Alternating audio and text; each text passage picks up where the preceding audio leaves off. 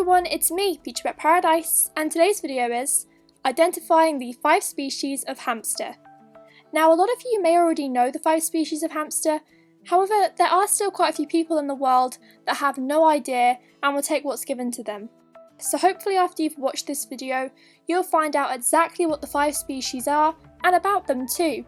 Before I get started, there are a couple of things you need to know first. Often, a lot of pet shops will call hamsters different nicknames, particularly the Syrians, and as an example, I will just list a couple of the nicknames Syrians are supposedly called on the screen.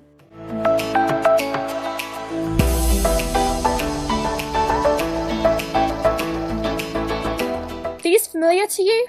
Well, they should be. The names I just listed, well, they are all Syrian. These names are usually made to make the fur type or colour of the hamster sound rare and creating a new type of species, boosting the price, and of course, helping the business, or to advertise hamsters to a wider range of people because it sounds cooler. But what is extremely important to keep in mind is that all these names and anything similar sounding to these are all incorrect. There are only 5 species of hamster and the names with them. They are the Syrian hamster, the Chinese hamster, the Campbell Russian dwarf hamster, the winter white Russian dwarf hamster, and the Rovorovsky dwarf hamster. Now you can get the hybrid, which is a cross between the two. If you put the Campbell and the winter white together, they will make the hybrid. But keep in mind that this is not a part of the 5 species.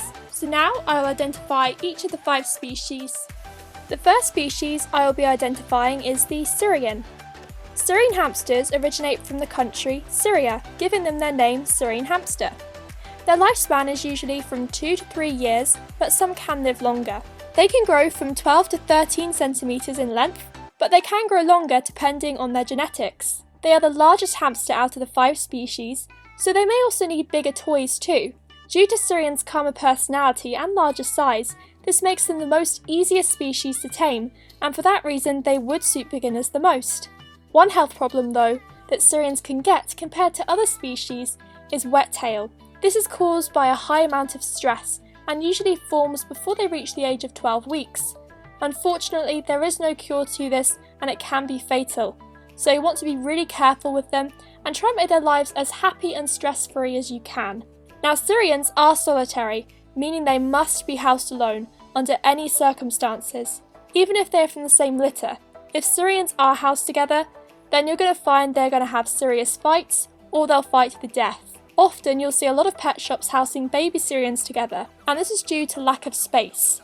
They'll have them together until around 8 weeks of age, and after they hit 8 weeks of age, their natural instincts will start to kick in, and they'll naturally become territorial, and that can result in serious fights or fight to the death, as I previously mentioned. If not that, then they will at least result in serious injuries. If they don't fight, then they can get highly stressed in being around each other, so make sure you separate them after 8 weeks of age, and don't risk it. Syrians come in a huge variety of fur types, markings and colours, and I will be making a video on the fur types, markings and colours, so you can find out more about that. But for now, I will pop up a couple of the common colours Syrians come in on the screen.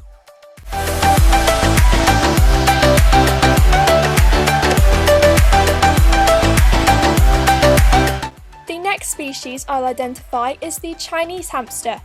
The Chinese hamster originates from northern China in Mongolia. A Chinese hamster's lifespan can be from 2 to 3 years, but some can live longer. They can grow to approximately 10 to 12 centimeters in length, but some can actually grow bigger. They are the only species with the longest tail.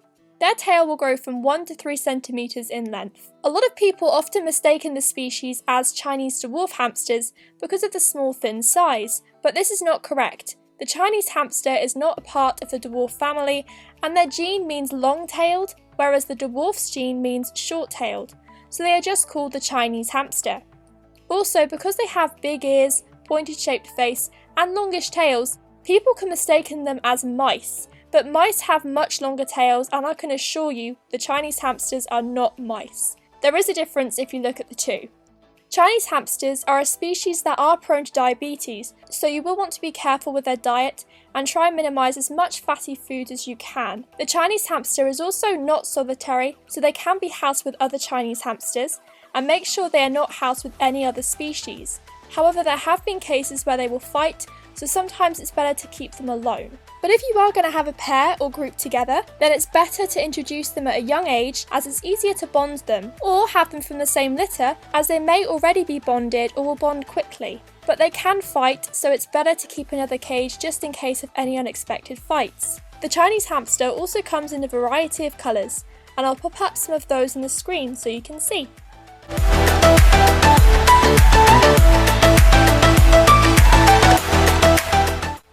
The third species I'll identify is the Campbell Russian dwarf hamster. This hamster originates from Mongolia, Russia, northern China and Central Asia. Their lifespan is usually from 1.5 to 2 years, but they can live longer. They can grow from 10 to 12 centimetres, but they can also grow bigger. The Campbell dwarf has furry feet compared to the Syrian hamster.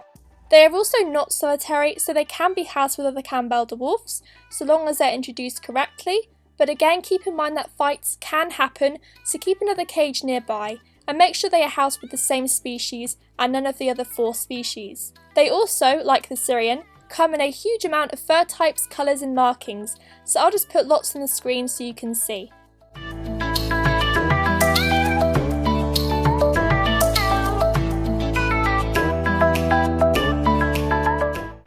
The fourth species of hamster I'll be identifying is the winter white Russian dwarf hamster.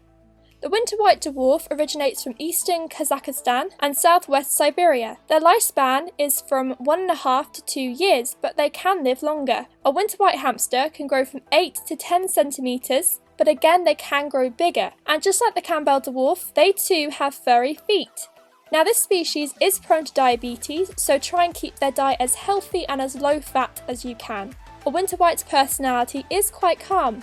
They're definitely the most calmest dwarf out of the dwarf species, and similar to Assyrians, so they too would also suit beginners very well. They are also not solitary, so they can be housed with other winter white dwarfs, but as previously mentioned, in case of any fights, best keep a spare cage around just to be safe.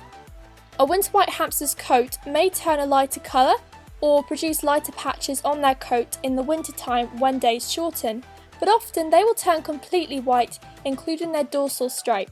The winter white will also come in quite a few different fur types, colours and markings, and I'll show you some different fur types, colours and markings on the screen now.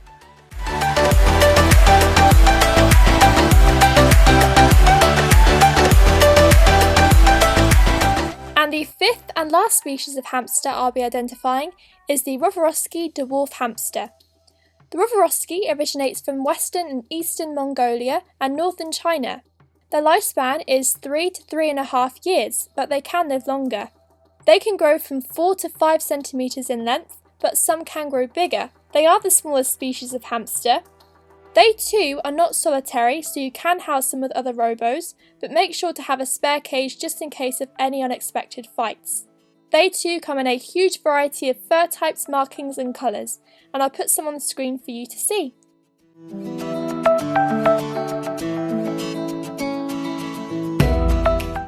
So they are the 5 different species of hamster and their identities. I hope this has helped any of you learn about the 5 species, and if it did, then don't forget to hit that like button as it really helps the channel out. Any comments or questions, leave them down below. If you like our videos and want to see more, then go subscribe, and if you really did enjoy this video and found it helpful, then again, don't forget to hit that like button and we'll see you next time. Bye!